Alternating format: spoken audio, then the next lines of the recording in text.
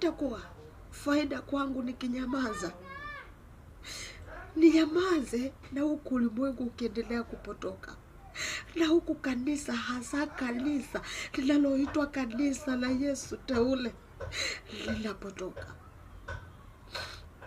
Andiko inasema wakati misingi inatingika, mtu mwenye haki atafanya nini?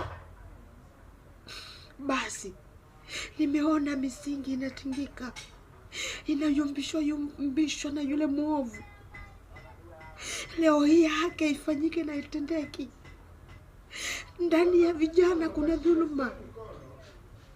Watoto wetu wanajilisha na kunyweshwa na kujijaza uovu. Kwenye makanisa niliona kanisa moja inaitwa AKA Church SDA Trinity. Inasikitisha maovu yanayofanyika na huyu wazini. Kanisani wako vijana, wako wamama, wako nini. Jamani, Mungu angekuwa ni mwanadamu, leo tungefunikwa. Leo tungefunikwa, I tell you, tungefunikwa. Lakini ashukuriwe Yesu mwanadamu. Ashukuriwe. Heshima, utukufu, heshima ni yake milele.